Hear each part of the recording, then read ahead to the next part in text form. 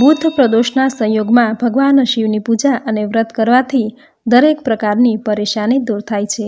બુધવારે પ્રદોષ વ્રત રાખવાથી નોકરી અને ધંધામાં સફળતા મળે છે. આ વ્રતમાં ભગવાન શિવ અને માતા પાર્વતીની પૂજા કરતા પહેલાં ભગવાન શ્રી ગણેશની પૂજા કરવામાં આવે છે. આમ કરવાથી દરેક પ્રકારની મનોકામના પૂર્ણ થાય છે. બુધ પ્રદોષનું વ્રત કરવાથી દરેક પ્રકારના રોગ, શોક, દોષ અને જીવનમાં આવનારા દરેક કલેશ દૂર થાય છે. બુધ પ્રદોષ વ્રતમાં ભગવાન મહાદેવની પૂજા કરવાથી મનુષ્યના બધા જ પાપ નષ્ટ પામે છે અને શિવધામની પ્રાપ્તિ થાય છે. પૌરાણિક કથામાં એવું કહે છે કે ચંદ્રને ક્ષય રોગ થયો હતો, જેનાથી તેમને મૃત્યુ સમાન કષ્ટ પહોંચી રહ્યો હતો.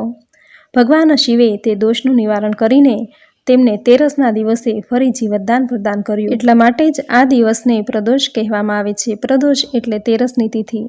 આ તિથિએ સાંજે સૂર્યાસ્ત સમયે એટલે કે પ્રદોષ કાળમાં ભગવાન શિવ કૈલાસ ઉપર પોતાના રજત ભવનમાં નૃત્ય કરે છે. આથી આ દરમિયાન કરવામાં આવતી તેમની પૂજાથી વ્યક્તિની દરેક મનોકામના પૂર્ણ થાય છે. આ સંયોગમાં ભગવાન શિવની પૂજા કરવાથી દરેક પ્રકારના દોષ દૂર થાય છે. પ્રદોષ એટલે કે ત્રયોદશીનું વ્રત મનુષ્યને સંતોષી અને સુખી કરે છે. આ વ્રત કરવાથી મનુષ્યના બધા જ પાપોનો નાશ થાય છે. આ વ્રતના પ્રભાવથી વિધવા સ્ત્રી અધર્મથી દૂર રહે છે અને પરિણીત સ્ત્રીનું સૌભાગ્ય અખંડ રહે છે. આ વ્રત મોટે ભાગે સ્ત્રીઓનું વ્રત છે. આ પ્રદોષનું તાત્પર્ય છે રાત્રિનો શુભારંભ. આ રાત્રિના સમયે ભગવાનનું પૂજન કરવાથી આ વ્રતને પ્રદોષ વ્રત કહેવાય છે. દરેક પખવાડિયાની ત્રયોદશીએ કરવાનું આ વ્રત સંતાન કામના પ્રધાન છે. આ વ્રતના પ્રધાન દેવતા આશુતોષ ભગવાન શંકર છે. સાયંકાળે વ્રત કરનારે શિવજીનું પૂજન કરીને અલ્પાહાર કરવો. કૃષ્ણ પક્ષનો શનિ પ્રદોષ વધારે પુણ્યકારક છે. શંકર ભગવાનનો દિવસ સોમવારે હોવાથી આ દિવસે થનાર પ્રદોષ સોમ પ્રદોષ કહેવાય છે. સંસાર સાગરમાં ડૂબેલા મનુષ્યો માટે પ્રદોષનું વ્રત પૂજન પાર લઈ જનારી નૈયા છે. શોક, ભય અને દુઃખથી પીડિતો માટે પ્રદોષ કાળે કરેલું શિવ પૂજન આશીર્વાદરૂપ અને કલ્યાણકારી છે.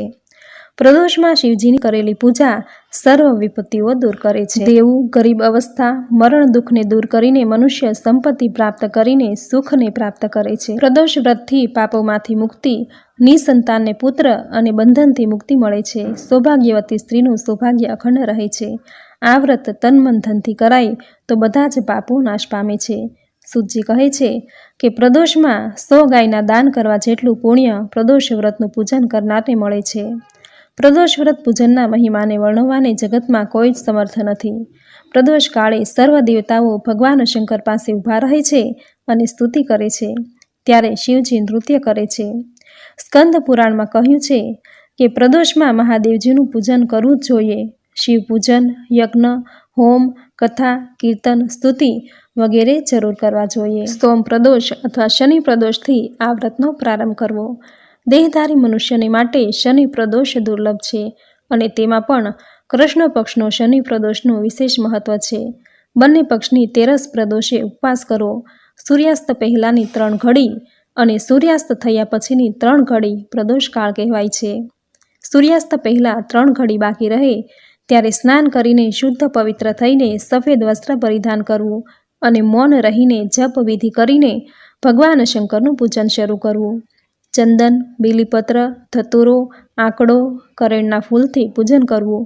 ધૂપ, દીપ, નૈવેદ્ય અને ઋતુના ફળ અર્પણ કરવા. પંચાક્ષરી મંત્ર ઓમ નમઃ શિવાય આ મંત્રના જપ કરવા. રુદ્ર સૂક્તથી અભિષેક કરવો. વિશેષોપચારથી પૂજન કરવું અથવા બ્રાહ્મણ દ્વારા પૂજન અભિષેક કરાવવા. અશક્ત અને ગરીબ હોય તેને યથાશક્તિ પૂજન કરાવવું. ભગવાન તો ભક્તિભાવથી અર્પણ કરેલા પુષ્પથી તૃષ્ટિ પામે છે. પૂજન કર્યા પછી યથાશક્તિ બ્રાહ્મણોને ભોજન કરાવીને દક્ષિણા આપીને સ્વયં ભોજન કરવું. વર્ષમાં 24 તેરસ પ્રદોષ કર્યા પછી ઉત્થાપન કરવું. કેટલાક લોકો આ વ્રત જીવનભરને માટે કરે છે અને અંતે ઉત્થાપન કરે છે. વળી ઘણા સોમ અને શનિ પ્રદોષ કરે છે. ઉત્થાપન થાય નહીં ત્યાં સુધી વ્રત ચાલુ રાખવું. શિવ પૂજન કરતી વેળા ભક્તે કંઠમાં રુદ્રાક્ષની માળા પહેરવી, ભસ્મનું લેપન કરવું અને સાત્વિક ભોજન કરવું. પારકા ઘરનું અન્ન ખાવું નહીં. આ રીતે પૂરી શ્રદ્ધા અને વિધિ વિધાનથી પ્રદોષ વ્રત કરવાથી ઈચ્છિત ફળની પ્રાપ્તિ થાય છે. રવિવારે પ્રદોષ વ્રત કરવાથી આયુષ્યની વૃદ્ધિ અને આરોગ્યની વૃદ્ધિ થાય છે. સોમવારે પ્રદોષ વ્રત કરવાથી ઈચ્છિત ફળની સિદ્ધિ મળે છે. મંગળવારે પ્રદોષ વ્રત કરવાથી રોગમાંથી મુક્તિ મળે છે અને સ્વાસ્થ્ય સારું રહે છે. બુધવારે પ્રદોષ વ્રત કરવાથી સર્વ કામના સિદ્ધ થાય છે. ગુરુવારે પ્રદોષ વ્રત કરવાથી શત્રુનો વિનાશ થાય છે. શુક્રવારે પ્રદોષ વ્રત કરવાથી સૌભાગ્ય વધે છે અને સમૃદ્ધિ વધે છે. શનિવારે પ્રદોષ વ્રત કરવાથી પુત્રની પ્રાપ્તિ થાય છે. આ રીતે ઈચ્છિત ફળની પ્રાપ્તિ માટે વાર પ્રમાણે પ્રદોષ વ્રત કરવું. જો વ્રત ન થઈ શકે તો વ્રતની કથા જરૂર સાંભળવી, જે સાંભળવા માત્રથી જ પ્રદોષ વ્રત કર્યા જેટલું જ પુણ્યફળ પ્રાપ્ત થાય છે. તો મિત્રો, આ હતી પ્રદોષ વ્રતનું મહાત્મ્ય અને તેની પૂજન વિધિ. હવે સાંભળશું બુધ પ્રદોષ વ્રતની કથા. બોલો ભગવાન આશુતોષની જય. પૂર્વકાળમાં એક પુત્રવાન બ્રાહ્મણી હતી. તેને 2 પુત્રો હતા. એ બ્રાહ્મણી ઘણી નિર્ધન હતી. દેવયોગે તેને એક દિવસ શાંડિલ્ય ઋષિના દર્શન થયા. મહર્ષિને મુખેથી પ્રદોષ વ્રતના શિવ પૂજનનો મહિમા સાંભળીને બ્રાહ્મણીએ ઋષિને પૂજનનો વિધિ પૂછ્યો. તેની શ્રદ્ધા અને આગ્રહ જોઈને ઋષિએ બ્રાહ્મણીને શિવ પૂજનનું વિધાન બતાવીને બ્રાહ્મણીને કહ્યું, તું તારા બંને પુત્રો પાસે શિવજીની પૂજા કરાવ. આ વ્રતના પ્રભાવથી તેને 1 વર્ષ પછી પૂરેપૂરી સિદ્ધિ પ્રાપ્ત થશે. પછી બ્રાહ્મણી મહર્ષિ શાંડિલ્યના વચન સાંભળીને પોતાના બંને પુત્રો સાથે નતમસ્તક થઈને મુનિવરના ચરણોમાં પ્રણામ કરીને બોલી, હે મહર્ષિ, આજે હું આપના દર્શનથી ઘણી જ ધન્ય થઈ છું. મારા આ બંને કુમારો આપને શરણે આવેલા છે. આ સૂચિવ્રત મારો પુત્ર છે અને આ રાજસૂત મારો ધર્મપુત્ર છે. આ બંને બાળકો આપના સેવકો છે. આપ મારો ઉદ્ધાર કરો. બ્રાહ્મણીને શરણાગત જાણીને મહર્ષિએ મધુર વચનો દ્વારા બંને કુમારોને શિવજીનો આરાધના વિધિ બતાવ્યો. પછી એ બંને પુત્રો અને બ્રાહ્મણી મહર્ષિને પ્રણામ કરીને શિવજીના મંદિરમાં ચાલ્યા ગયા. બસ એ જ દિવસથી એ બંને કુમારો મહર્ષિના કહેવા પ્રમાણે નિયમ મુજબ પ્રદોષકાળમાં ભગવાન શંકરની આરાધના કરવા લાગ્યા. પૂજા કરતાં કરતાં કુમારોના 4 મહિના વીતી ગયા. એક દિવસ રાજસૂતની ગેરહાજરીમાં સૂચિવ્રત સ્નાન કરીને નદી કિનારે ચાલ્યો ગયો અને જળ ક્રીડા કરવા લાગ્યો. સંજોગ વશાત તેને નદીને તળિયે ચમકતા ધનનો એક મોટો કળશ દેખાયો. ધનથી ભરેલા એ કળશને જોઈને સૂચિવ્રત ઘણો જ ખુશ થયો. એ કળશને મસ્તક પર લઈને તે ઘરે આવ્યો. કળશને ભૂમિ પર રાખીને પોતાની માતાને તેણે કહ્યું, હે માતા, ભગવાન શંકરનો મહિમા તો જુઓ. ભગવાને આ ઘડાના રૂપમાં આપણને સંપત્તિ આપી છે. સૂચિવ્રતની માતા ઘડાને જોઈને ઘણી આશ્ચર્ય પામી અને રાજસૂતને બોલાવીને કહ્યું કે બેટા, મારી વાત સાંભળ. તમે બંને આ ધનને અંદર અંદર વેચી લો. માતાની વાત સાંભળીને સૂચિવ્રત અત્યંત પ્રસન્ન થયો. પણ રાજસૂતે પોતાની નાસંબંધી પ્રગટ કરતા કહ્યું કે હે માં, આ ધન તો તારા પુત્રને પુણ્યથી પ્રાપ્ત થયેલું છે. હું તેમાંથી કોઈ પણ પ્રકારનો ભાગ લેવા માંગતો નથી, કારણ કે પોતે કરેલા કર્મનું ફળ મનુષ્ય પોતે જ ભોગવે છે. આ પ્રમાણે શિવજીનું પૂજન કરતા એક જ ઘરમાં તેમને 1 વર્ષ પૂરું થઈ ગયું. એક દિવસ રાજકુમાર બ્રાહ્મણ પુત્ર સાથે વસંત ઋતુમાં વન વિહાર કરવા ગયો. એ બંને જણ જ્યારે વનમાં ઘણે દૂર નીકળી ગયા ત્યારે તેને ત્યાં સેંકડો ગંધર્વ કન્યાઓ વિહાર કરતી જોવામાં આવી. ગંધર્વ કન્યાઓને ક્રીડારત જોઈને બ્રાહ્મણ રાજકુમારને કહ્યું, અહીં તો કન્યાઓ વિહાર કરે છે, તેથી આપણે હવે આગળ જવું જોઈએ નહીં, કારણ કે આ ગંધર્વ કન્યાઓ તરત જ મનુષ્યોના મનને મોહિત કરી લે છે. તેથી હું તો આ કન્યાઓથી દૂર જ રહીશ. પરંતુ રાજકુમારે બ્રાહ્મણ કુમારની વાત સાંભળી નહીં. તે નિર્ભીક ભાવે એકલો જ ચાલ્યો ગયો. તે બધી ગંધર્વ કન્યાઓમાં મુખ્ય સુંદરી એ રાજકુમારને જોઈને મનમાં વિચાર કરવા લાગી કે કામદેવના સમાન સુંદર રૂપવાળો આ રાજકુમાર કોણ છે. એ રાજકુમારની સાથે વાતચીત કરવાના હેતુથી એ સુંદરીએ પોતાની સખીઓને કહ્યું, હે સખીઓ, તમે લોકો નિકટના વનમાં જઈને અશોક, ચંપક, મોલસીરી આદિના તાજા ફૂલ તોડી લાવો. ત્યાં સુધી હું તમારી રાહ જોઈને અહીં જ રોકાઈશ. એ ગંધર્વ કુમારીની વાત સાંભળીને બધી સખીઓ ત્યાંથી ચાલી ગઈ. સખીઓના ગયા પછી એ ગંધર્વ કુમારી રાજકુમારને સ્થિર નજરે નિહાળવા લાગી. એ બંનેના હૃદયમાં પ્રેમનો સંચાર થવા લાગ્યો. ગંધર્વ કન્યાએ રાજકુમારને બેસવા માટે આસન આપ્યું. પ્રેમાલાપને કારણે રાજકુમારના સહવાસને માટે એ સુંદરી વ્યાકુળ થઈ અને રાજકુમારને પ્રશ્ન કર્યો કે હે કમળ સમાન નેત્રોવાળા, આપ કયા દેશના નિવાસી છો? આપે અહીં શા માટે આવવું પડ્યું? ગંધર્વ કન્યાની વાત સાંભળીને રાજકુમારે જવાબ આપ્યો કે હું વિદર્ભ રાજનો પુત્ર છું. મારા માતા પિતા સ્વર્ગવાસી થયા છે. શત્રુઓએ મારું રાજ્ય મારી પાસેથી છીનવી લીધું છે. રાજકુમારે પોતાનો પરિચય આપીને એ ગંધર્વ કન્યાને પૂછ્યું કે હે કુમારી, આપ કોણ છો? કોની પુત્રી છો? આ વનમાં શા માટે આવેલા છો? આપ મને શું કહેવા માંગો છો? રાજકુમારની વાત સાંભળીને ગંધર્વ કન્યા બોલી, હું વિદ્રવિક નામે ગંધર્વની પુત્રી અશુમંતી છું. આપને નિહાળીને આપની સાથે વાતચીત કરવાને માટે જ અહીંયા સખીઓનો સાથ છોડીને આવી છું. હું જ્ઞાન વિદ્યામાં નિપુણ છું. મારા ગાન પર બધી દેવાંગનાઓ ખુશ થઈ જાય છે. હું ઈચ્છું છું કે આપનો અને મારો પ્રેમ સદા સર્વદા ચાલુ રહે. આટલું કહીને એ ગંધર્વ કન્યાએ પોતાના ગળાનો મુક્તાહાર કે જે બહુ મૂલ્યનો હતો તે રાજકુમારના ગળામાં નાખી દીધો. એ અમૂલ્ય હાર બંનેના પ્રેમનો પ્રતીક થઈ ગયો.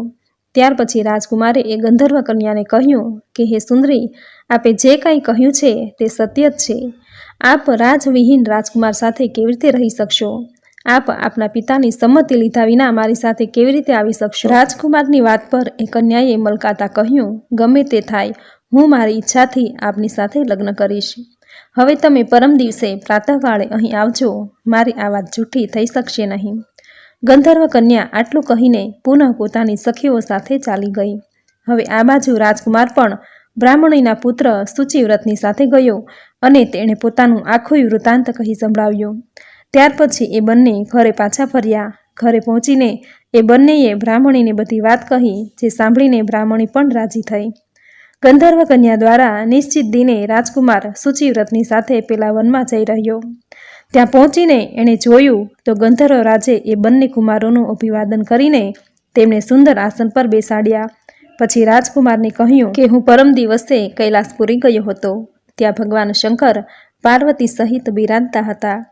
તેમણે પોતાની પાસે બોલાવીને મને કહ્યું કે ધર્મગુપ્ત નામનો રાજકુમાર રાજ્ય વિહોણો થઈને પૃથ્વી પર ઘૂમી રહ્યો છે. શત્રુઓએ તેના વંશને નષ્ટ ભ્રષ્ટ કર્યો છે. એ કુમાર સદા ભક્તિપૂર્વક મારી સેવા કર્યા કરે છે. માટે તું તેની સહાયતા કરજે કે જેથી તે પોતાના શત્રુ પર વિજય મેળવી શકે. તેથી હું ભગવાન શિવજીની આજ્ઞાથી મારી પુત્રી અંશુમતીને આપને સોંપું છું. હું આપના શત્રુઓના હાથમાં ગયેલું રાજ્ય પાછું અપાવીશ. આપ આ કન્યા સાથે હજારો વર્ષ સુધી સુખ ભોગવીને શિવલોકમાં ચાલ્યા જશો. શિવલોકમાં જશો છતાં પણ મારી પુત્રી આ જ શરીરથી આપણી સાથે જ રહેશે. આમ કહીને ગંધર્વે પોતાની પુત્રીના લગ્ન રાજકુમારની સાથે કર્યા. દહેજમાં અનેક બહુમૂલ્યો રત્નો, વસ્ત્રો, રથ આદિ પ્રદાન કર્યા. આ ઉપરાંત દાસ દાસીઓ અને શત્રુઓ પર વિજય મેળવવાને માટે ગંધર્વોની ચતુરંગીણી સેના પણ આપી. પછી રાજકુમારે ગંધર્વોની સહાયતાથી શત્રુઓનો નાશ કર્યો અને તે પોતાના નગરમાં પ્રવેશ્યો. મંત્રીઓએ રાજકુમારને સિંહાસન પર બેસાડીને તેનો રાજ્યાભિષેક કર્યો. હવે એ રાજકુમાર રાજ્ય સુખ ભોગવવા લાગ્યો. જે દરિદ્રી બ્રાહ્મણીએ તેનું પાલન પોષણ કર્યું હતું તેને જ રાજમાતાના પદ પર બેસાડવામાં આવી. સૂચિવ્રત જ રાજકુમારનો નાનો ભાઈ થયો. આ પ્રમાણે પ્રદોષ વ્રતમાં શિવજીના પૂજનના પ્રભાવથી એ રાજકુમારે દુર્લભ પદને પ્રાપ્ત કર્યું. જે મનુષ્ય પ્રદોષ કાળમાં અથવા દરરોજ આ કથાનું શ્રવણ કરે છે તે અવશ્ય બધા જ કષ્ટોથી મુક્ત થઈ જાય છે અને અંતે તે પરમ પદનો અધિકારી થાય છે. શિવપુરાણમાં વર્ણવેલ બુધ પ્રદોષ કથા સમાપ્ત. બોલો ભગવાન ભોળાનાથની જય. તો મિત્રો, આ હતી બુધ પ્રદોષ વ્રતની વિધિ, તેનું મહાત્મ્ય અને કથા વાર્તા, જે તમે પૂરી શ્રદ્ધાથી સાંભળી. જે સાંભળવી તમને જરૂર ગમી હશે તો વિડીયોને લાઇક કરી કોમેન્ટમાં જય ભોળાનાથ જરૂર લખજો. ચેનલ પર નવા છો તો ચેનલ સબસ્ક્રાઈબ કરી બાજુમાં બેલ આઇકન પ્રેસ કરી દેજો, જેથી આપણા દરેક નવા વિડીયોની નોટિફિકેશન આપને મળતી રહે. તો ફરી મળીશું આવી જ નવી ધાર્મિક માહિતી, નવી ધાર્મિક કથા સાથે. ત્યાં સુધી આપ સૌને મારા જય શ્રી કૃષ્ણ.